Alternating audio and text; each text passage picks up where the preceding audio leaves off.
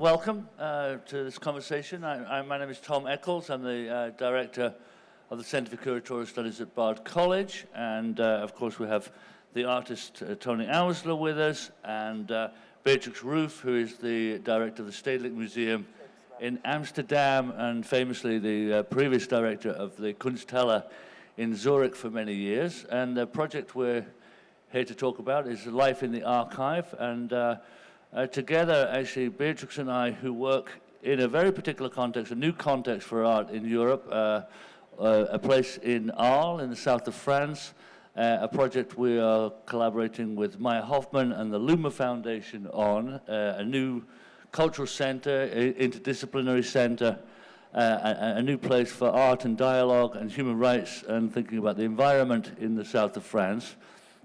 And in this context, there is a major new series of buildings being built, but also there's a new way of thinking about institutions and thinking about production, thinking about exhibitions, and thinking about archives. And that's the task with which we were, given by Maya Hoffman to consider, along with our colleagues Hans-Ulrich Obrist, Liam Gillick, and Philippe Pereno. So I'd like to actually start with Beatrix, because the first point of contact with Tony was actually a discussion around archives and how to think about new productions around archives. And maybe, Beatrix, you could say a little bit around why you thought it was important to work with Tony and how you thought we should work. Yeah, maybe we should also say that as well. Tom and I have been hearing from Tony about this archive for many, many years. And when the Luma Foundation decided to produce a piece or a project around this archive for Arles, and also for in the context of the photo festival in Arles, we had many discussions also about how that is considered. Of course, we also thought that it would be an amazing moment to do this, because we have been talking a lot also about what was the, so to say, societal historical moment around this, the upcoming of these ideas, besides the beginning of photography and the great ability of photography also to cheat on reality in a great way. It was also a time where scientific belief systems, or belief system in general, were irritated and struggling, and people were struggling in what to believe, how to believe, which realities to believe in. And we felt that the context or to do something with the archive at this moment would be actually perfect to also look into more recent irritations of belief systems. And that was one aspect that we felt it was the right moment to do it. And the other aspects we were talking about is what does that mean to work with an archive, to also make an archive accessible. And again, Tony's project was in a way perfect to look into the context of the institution which is being developed by the Luma Foundation in Arles, and which deals a lot with archives, but also more with the idea in that to make archives a productive place to deal with. And we from the beginning thought that in the context of a photo festival, it would probably be not so interesting to just show this amazing material and relate it to the visual reality the photo festival inhabits, but to really think about what could the possible translations be, and how could we work with this archive or do something with this archive which enables this archive to be potentially takes many different forms in the future as well being shown, being accessed, being transported into other realms. So from the beginning, the idea was not to just present the material, but to translate together with Tony. And that's why we decided to, first of all, translate all the material in the big book you're seeing lying on the floor, which is an amazing compendium, not only of the archive, but also of friends of Tony, thinking and writing about this material. And Tony, from the beginning, said that would be fantastic to translate into a film and into an installation. And all of those aspects are there now. And we feel that they are a great potentiality, like containers of potentialities, which can actually, take on lives in many different ways in the future from that moment on. Yeah, maybe Tony, you could say, it's a good point to actually talk about the content of the archive, and we see some of the images up here, but maybe talk about how you started collecting, what you started collecting, and why you continue to collect. Thanks, Tom. Thanks, Beatrix, for delving into it, because it's a kind of subject that moves out in a lot of different directions, and it's kind of an indefinable project that needs to constantly be redefined. So one part of it starts with me amassing the material, and how do I explain that? It was a kind of an outgrowth of my the way that I work and the way that I research on various projects that I get involved with. And being an autodidact like many artists, I kind of moved my way through the world by researching. And this kind of feeds my my artwork, to put it simply. But also, you could say that back in the around 2000, not to digress too much, but when I was working on yet another project with Eccles, with the Public Art Fund, I was thinking a lot about a sort of deep history of multimedia, being a video artist or a computer artist or whatever, multimedia artist. I thought there was a kind of a sketchy history of that. And I thought, well, let's look back and see what's been kind of left out of this liminal, the edges of this history, the kind of shadow history of art. And that kind of led me into this rabbit hole of research, looking at things like the camera obscura, the advent of photography, the phantasmagoria, things like that, and kind of putting them on a timeline, like when was the Morse code invented, which would be the telegraph, which was the very first kind of rupture of contemporary thought in terms of multimedia. That was the first collapsing of space, the telegraph. And so if you look at that, 1848, and then sort of worked these into what I called a timeline, which was designed around the influence machine that Tom and I made with the Public Art Fund in New York and then in Art Angel in London. So around that time and before that, I was kind of collecting material for my own work.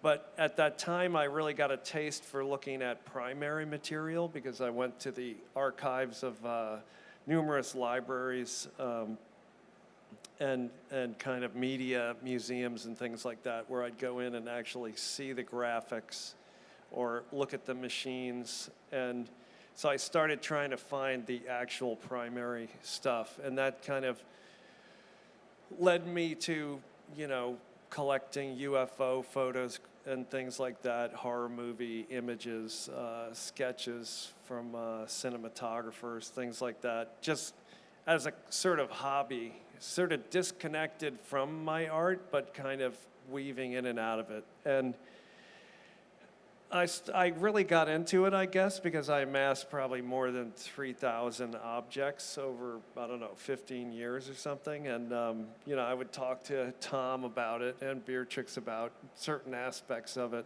And there was one particular story that I think we should go into, which had to do with a series of images that, I'll digress even further back, came from my grandparents. And So this explains a lot about the kind of deep history of this project, which involved Fulton Oursler, and Grace Perkins, who were my grandparents who were writers.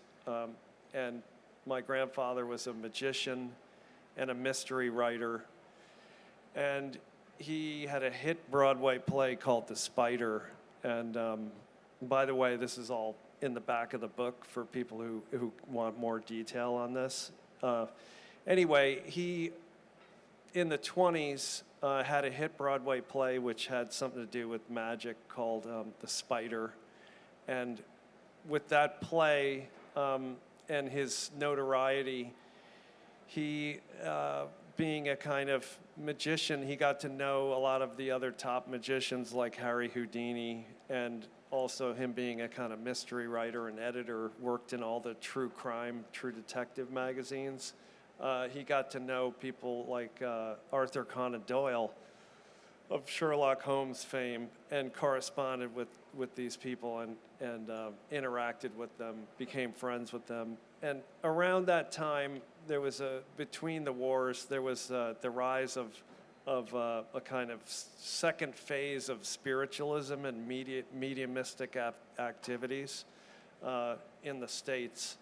So fast forward, my grandfather attended probably 500, in his own words, 500 seances, and never believed anything he saw in one of the seances, and was kind of avidly against kind of mediumistic practices. And in fact, around that time, he also converted to Catholicism, and also wrote a book called The Greatest Story Ever Told, which was a kind of popularization of the Bible, if that's not an oxymoron. But anyway, so he, in other words, you start to see where I'm going with this, in that he was a sort of a mystic himself, but also rejected other mystics or interrogated them.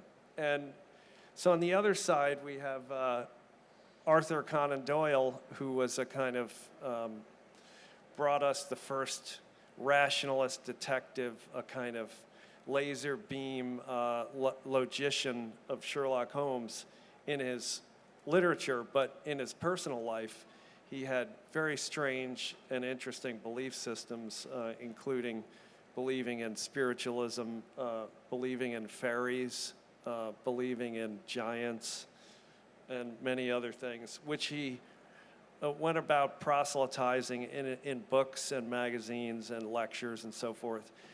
Tried to convince my grandfather of the veracity of the Cottingley Fairies, of ectoplasm and things like that.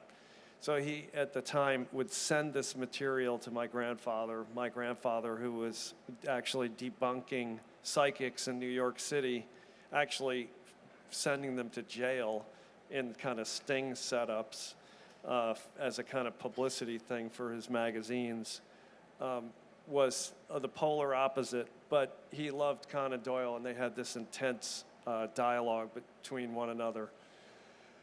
So the detritus of their relationship ended up in the basement of my house. My grandfather passed away before I was born. My father also has a kind of mystical slant, which I could get into later. But growing up as a kid, I grew up with some of this material from magicians, from Houdini, from Arthur Conan Doyle. Specifically, I remember being like 5 or 6 years old and looking at the Cottingley Fairies photos. And my parents obviously gave it to us as kids and said like, well, you figure it out, see if these are real. Do people know what the Cottingley Fairies are? Yeah, some people do. Anyway, it's a famous case that happened in the 20s where 2 young girls went out into the woods with a camera and took pictures of fairies in England somewhere. And Conan Doyle was convinced of their veracity and also helped them take more photos and published a book about it, and helped went around, sort of promoted them to the Theosophists, and they became a cause celeb. Anyway, you'll see the photos in here. So my grandfather was also in communication with him about spirit photos, and we're not talking about the original spirit photos by somebody like Mumler who right at the dawn of photography did kind of double exposures and did the very first carte de visites of photographs, kind of ghost photographs, and kind of registered this kind of, the mistaken technology and the twist of the veracity of the medium. But a little bit later in the 20s, Conan Doyle wrote a sort of treatise on how to discern whether you could tell whether a photograph was a real spirit photo. And he kind of sent that to my grandfather. My grandfather then took some fake spirit photos, sent them to Conan Doyle, and had Conan Doyle sort of validate the photos. And then he kind of published all the correspondence in a self-published magazine, kind of showing Conan Doyle to be a fool in a way, in a kindly way. And so this kind of archive, which kind of flips on these belief systems between the wars, was a conversation that Beatrix and Tom and I had about the archive as a kind of kernel of the archive. There's only about 6 or 7 images in it that are from my youth, which became a kind of touchstone for going into the project. And then from that, we kind of decided to curate from that. Yeah, maybe you could, I mean, it was kind of amazing, as an archive, it was really like a bunch of stuff. It was sort of piled on tables, on top of the fridge. You'd walk down the staircase, there'd be another thing. In the studio, you'd open a cabinet. In the bathroom, there'd be a shrunken head or something like that. And so it was kind of like this massive stuff. And I think, one of the aims was clearly to document this material and take that seriously, and then make that available in the form that it's done. But of course, in that process, you have to start categorizing. And it was something that Tony had basically done. So maybe you could just say something about some of the basic categories that you ultimately sorted through, and then, does that also influence, was that your method of collecting as well? Well, it's interesting that then the way the process worked was we talked a lot about the archive and how to attack an archive. What keeps an archive alive, in a way, was really curious to us. I'd say that by defining the archive, we didn't want to categorize it too much, because then it can't be reread by people, or it can't, there's a kind of beauty to the creative impulse when somebody enters an archive and you kind of wander through it, but at the same time it needs order. So you want to be able to associate, and you want to be able to make up your own links through it. And so we talked a lot about Luma's approach and kind of different ways of taking this. And of course the book being a kind of old-fashioned technology, but it's also something that's endlessly malleable, that you can really hold it in your hand and move through it in different ways. So we thought about a kind of poetic read of the archive, kind of image flow that went through 1,200 images roughly, as we kind of painfully cut it down. At one point, I think I very much have to apologize for Tom torturing him, because he was like, you can't have like 10,000 images in this book. And I'm like crying, I can't get rid of these babies, But we cut it down to 1,200, which is pretty massive. And thanks to the generosity of the Luma Foundation, we were able to do this incredibly fat treatment and wonderfully printed, with Ringier and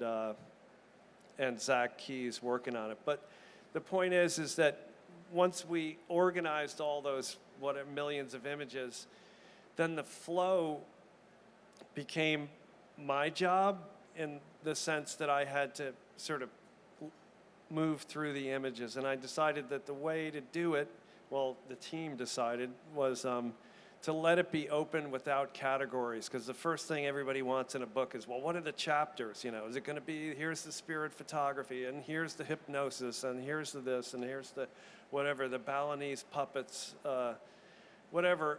But the point is to keep that out, and then we came up with this idea of having a running description of the images underneath each page to the best we could, you know, very concise. So when you saw an image, you want to know what the image is, but you don't want to be told necessarily what category it's in, because you might already be able to intuit that, and the important thing is to make the links. How do you see the categories in the book relating to your own work as an artist? Well,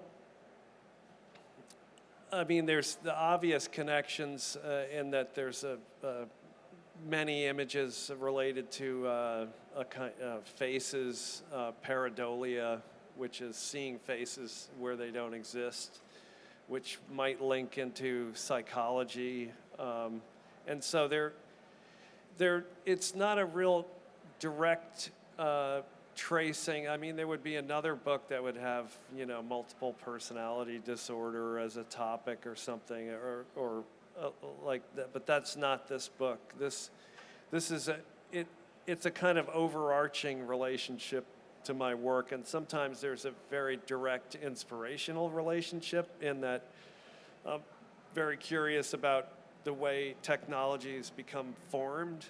So right before, when photography is introduced, for example, the technology of photography, no one really knows what it is yet. So it has a kind of interesting life where someone picks it up and they say, well, I want to take a picture of shoes, and another person picks up the camera and they say, I want to take a picture of horses, and another person says, I want to take a picture of ghosts, you know. So you have this wide range of approaches to the technology. And then, so in that sense, for example, the phantasmagoria and that magic moment, literally and figuratively, when stage turns into cinema, and the kind of the flattening of the stage space into a two-dimensional kind of virtual space is something that runs through there quite a bit, and that's.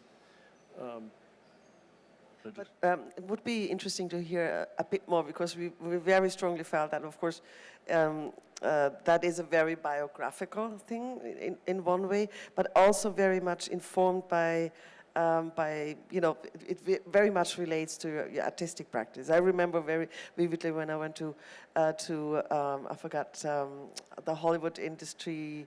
I forgot the word.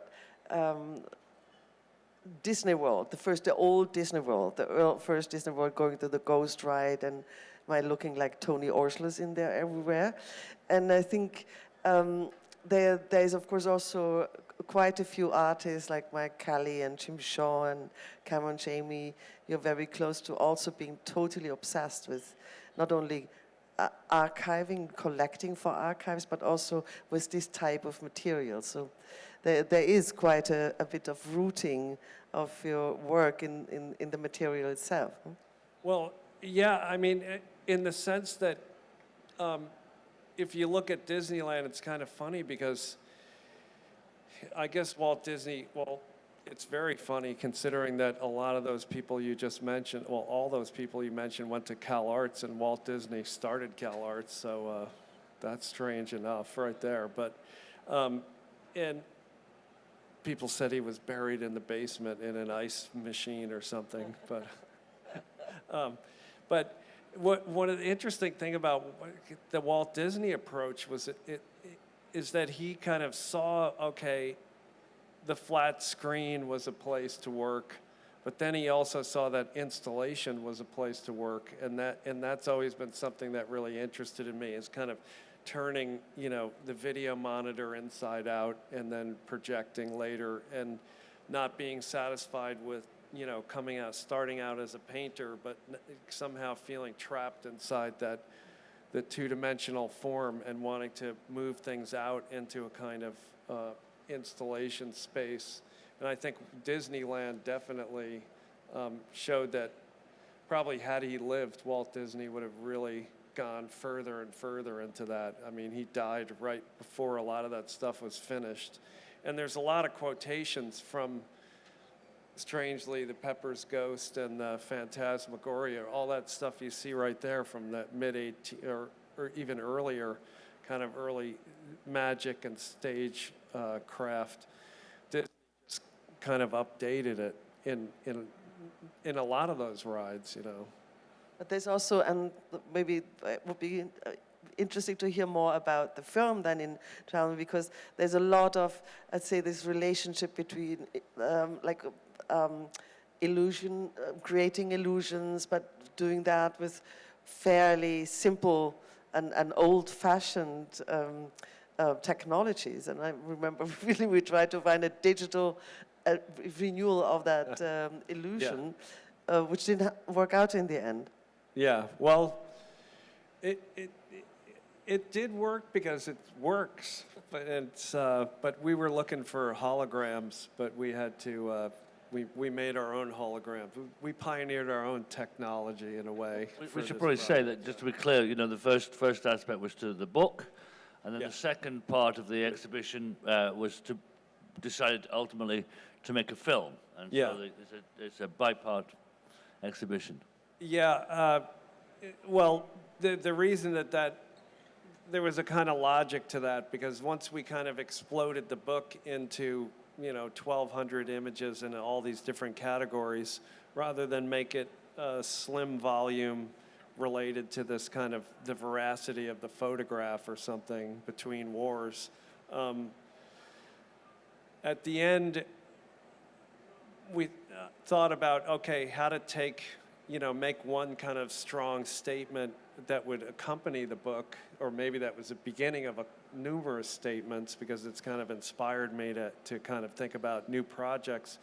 But we kind of took that story I told you about the psychics battling the writers, detective writers and psychics and magicians battling between the wars, and developed a feature film out of it that used some of this phantasmagorical, or an update of the phantasmagorical technology known as the Pepper's Ghost, which is a kind of, I guess we'd call it, ended up as a kind of what I call a 4D film, which I hope you can get a chance to see. Anybody who's passing through Zurich can see it at the Luma Foundation there right now, which is up till through February, and hopefully we're going to have it in New York sometime in the spring. But to kind of find the right way to present that material that spoke so much about believability and kind of conflicting belief systems and magical thinking and magic, and to figure out the right way to present that in a film rather than just a two-dimensional film, we developed a kind of four-dimensional process, which involves overlapping screens and a kind of like a living double exposure is the way I like to think of it. And I hope people can come and see it, because you can't really see it in photos that much. But anyway, that also is coupled with some lighting effects in the room and other surprises that come from like the history of ghost shows and the Phantasmagoria, kind of updated to today. Maybe Beatrix, you could, because we're talking about archives, you often make the distinction between a collection and an archive, and maybe you could say something about that. What's the difference between a collection and an archive? Now you're trapped me. That was he was announcing the question. Yeah, I think archives probably allow other layers and categories. I think collections often, that would be the biggest difference. And I think also archives are by their very nature idiosyncratic. And they're not organized, and they're not systematic. And They are many as with this book now, there were categories trying to, being applied to it or being looked for to find some organization in it. But I remember vividly that the decision was not to even relate to any existing scientific approaches towards these materials, but really use a very biographical and personal way of approaching it. And that's certainly what we did. And I'm glad that we were able to get it out of my study, get it out into the world, because what's so kind of wonderful about this for me personally, besides being able to make the film and so forth, but on another level, collecting all this material, I really was wondering actually at one point what I was going to do with it all, or what it meant to have all the material. So it also gave it a kind of sharing it with people in the book form, gave it a whole new meaning for me, because it went from being a kind of hermetic thing, which I guess is definitely a collection. Like can be a hermetic quality to it. You have it collected in your home or something, but then sharing it makes it archival in some way, I guess. And does the use of the archive change for you now?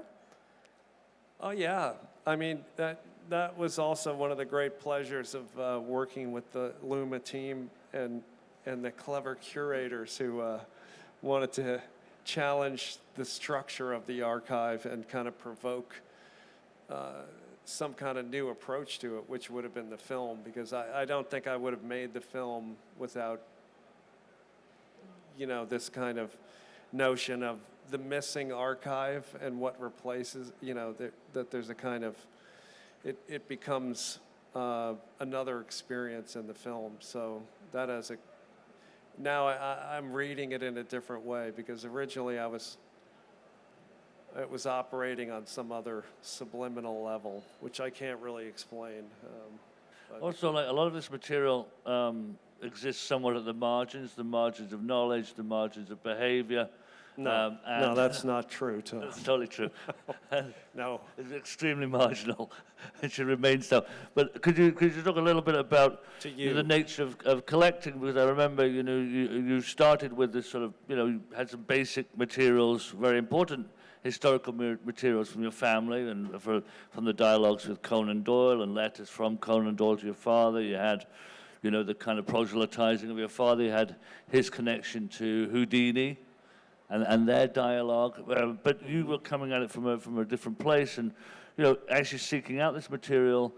It's a lot of the people involved in these kinds of collections are quite marginal. I don't see any of this material here, for example. Well, and how you approach this, because I think it's interesting to see the different layers from the kind of high-end collectors to the misanthropes in LA who believe they're in fact real UFO photographers.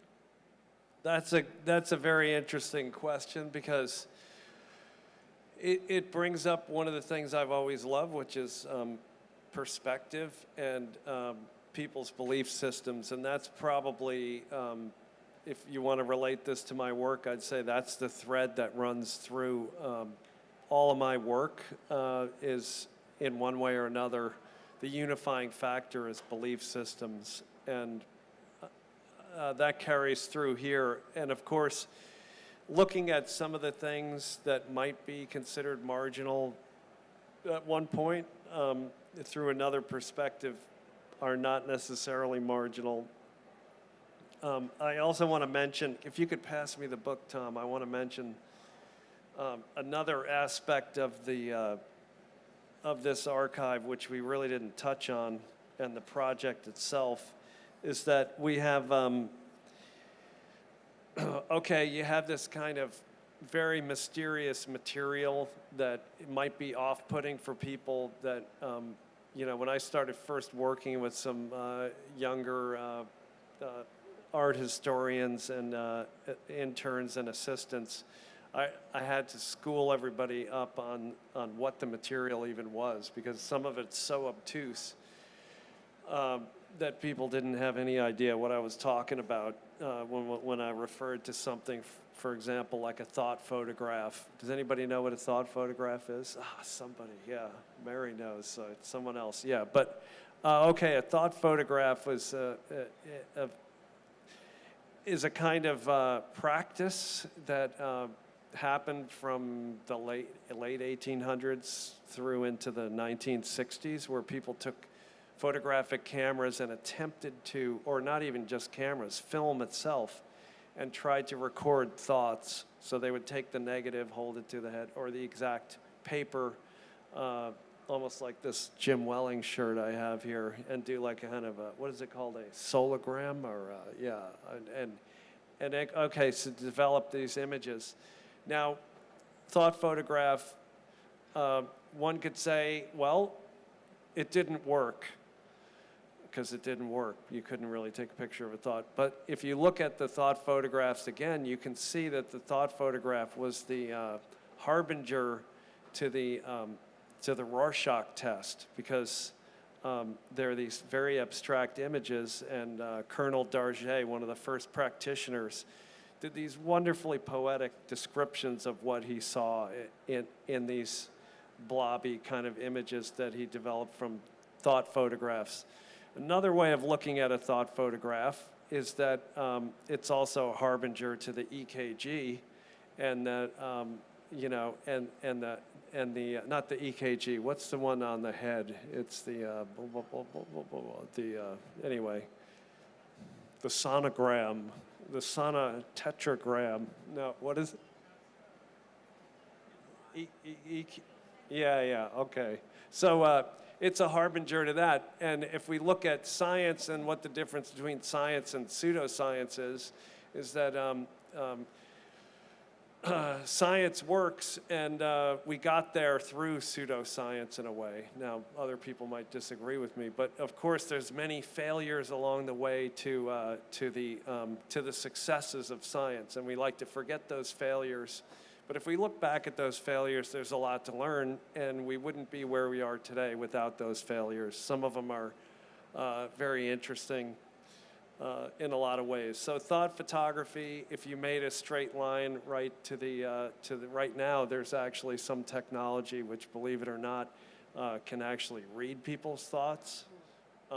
So not so far from thought photography. Also, if you look at thought photography, one other way of looking at it is it's the very first abstract photograph, and probably was one of the first culturally produced abstract images ever.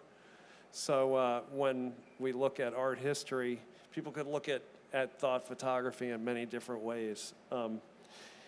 Then I want to also mention that one of the strategies we had for the very complex and confounding, imponderable aspect of the archive is that we invited 10 different very intelligent, highly qualified scholars to write. Scholarly, we commissioned, this is also through the generosity of the Luma Foundation, commissioned 100 pages of 10 different essays that relate to different aspects of the archive. So you go along and you look at all the images, and then you get to the end, and you can, hear, for example, Peter Lamont's Secrets of Debunking, Tom Gunning, Science Machines, Magic Art, and then Christopher Turner talking about belief systems, Stephanie O'Rourke talking about mesmer, Noam Elcott writing about the phantasmagoria, and so on. So we have 10 different texts. Maybe just before we throw this out to the audience, a more mundane question, because we're obviously at an art fair where people are collecting things. How much does all this stuff cost? I mean, it's a lot of stuff. I mean, obviously you've been increasing. Did you start spending more money per item, or did you just start buying more items? The great thing about also this project is that now I think it's on Amazon. It's about $65. So you can have all of it for $65 right here. There we go. And actually, after this, you can. There are very few left. Actually, so Tony's going to sign the very few last copies of the book. We're more or less sold out in the last 3 months. So direct link to book signing. Yeah, directly to book signing. But are there any questions from the audience for Tony or Beatrix? I actually had a question for you because you're at Bard, and I'm wondering if students were at all involved in this project.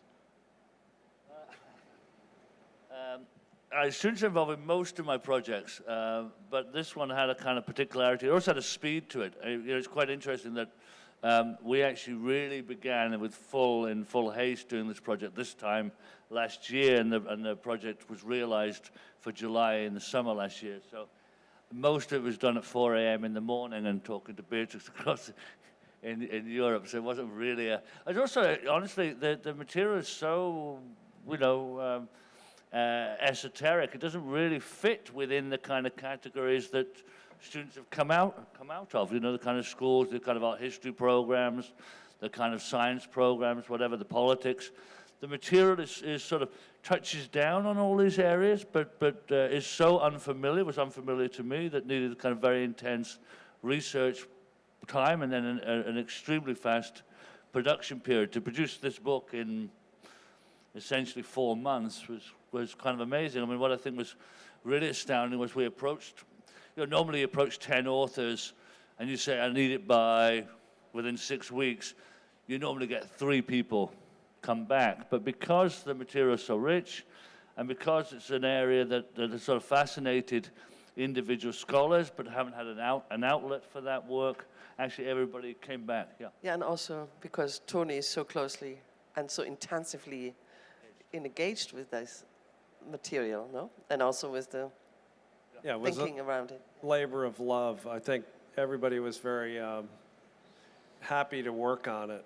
That was really one of the best parts of it was working with the writers and just to see them light up with the material, because, for example, Brandon Joseph, wonderful writer, a scholar from Columbia, wrote on UFO photography, and it's something that he was really working on and we had talked about for a number of years, and he had come over and looked at the archive. So a lot of that came together, and Stephanie O'Rourke also had done a lot of work on Mesmer and thought a lot about him, and so it just kind of clicked that people. Any other questions? Yeah. Where did you find the material? Some of it in what's known as swap meets in Los Angeles. It was kind of bookstores all over the world. Pretty much wherever I traveled, I would try to go to, bookstores or flea markets or print stores like that. eBay, this vast system known as the internet, is very good at finding things for you if you want. And then various dealers who were mentioned in the book, certain other fanatical friends that I met in different ways, who were kind of experts on certain things, actually started sending me stuff, which was really great. So there's. Have you thought, it's interesting because now that it's all kind of been compiled into this form and it's now been translated into a film, and that it shouldn't be held in your house anymore. It's kind of dangerous to keep this material in a kind of there could be a fire or whatever. Richard Prince, for example, has a very exhaustive collection of very special publications, and he has a whole safe that is fireproof and yeah. Yeah. A gift to Bard, perhaps. Yeah. That's not a bad idea. Not a bad idea. Put it in a safe spot. Yeah, well, I try not to think about that. It's all in archival sleeves, and it's. Yeah. Any other questions? Yep. I just wanted to make 2 comments. Thank you for this interesting talk. I'm from Nova Scotia, Canada, and there is a folk historian there who was writing in the 50s and the 40s, and she published a number of audio recordings and books and stuff that was based on different. The book was called Blue Nose Ghosts, but she had chapters in it like wandering women and knocks and sounds and stuff like that, and it's sort of part of the local museum. And but there's audio stuff and everything. It's kind of interesting. Well, you might be interested. Good to know. Yeah, and then also the talk makes me think about Walter Benjamin's article, Unpacking My Library, where he talks about collecting, and collecting as a kind of a process of renewal, that, that this sense of great. discovery that comes, and we kind of want to just breathe new life into things. And he talks about it not being about ownership, but about kind of just that it's a childlike thing about renewal, like collecting and covering things and finding things, and then this desire to breathe new life or something. Anyways, those are just my thoughts. Great observation. Thank you. Maybe one last question. Yeah, the gentleman here. Hey, Tony. Is there a particular item in the archive that's so fantastic and amazing that it's something that throughout this whole process you're sort of obsessed with, or something that really stood out that maybe if you were skeptical when you first learned about it, the closer that you got to the object or the documentation, you started to maybe get a little less skeptical or feel certain new feelings or emotions after you get closer to this particular thing? That's a great question. I guess I'd say one of the objects that I really am just so happy about is the ectoplasm that I have, is a specimen of ectoplasm, and it's really the only one I've ever seen here. I tried to borrow one from Munich, from a Schrenck-van-Notzing's experiments, but and even that one is almost invisible. But mine is fully visible, and it was from a debunking display from the 1920s that magicians would use to show people how ectoplasm was really fake. And while we were doing the archive, I found out that the material actually glows under black light. It has a kind of phosphorescence, so it's a real piece of evidence, of the kind of staging of the kind of mysterious quality of things. But it's also really looks very much like a piece of cheesecloth, and there's nothing more fun than showing it to somebody and saying, "Did you see my ectoplasm?" And then they look, and they look. But it's a kind of a talisman item for me, because when I look at it, it shows me the kind of wide swath of that belief and the kind of filters of different belief systems put on people's eyes. And I think there's something about that has to do with art making, that has to do with poetry, that has to do with creativity, which has to do with insanity, which has to do with kind of compulsion, which has to do with going off the rails. But, there's something in there, this range and the intensity of transforming that cheesecloth to this fluid which appears as a kind of, as a kind of barrier between two dimensions in somebody's mind. Fantastic. So Tony will sign books out here at the cafe, I believe. And thank you, Beatrix. Thank you, Tony. And thank you all for coming. Thanks, everybody. And I'd like to thank the Luma Foundation, Maya Hoffman, and Beatrix and Tom. And thank you all for coming.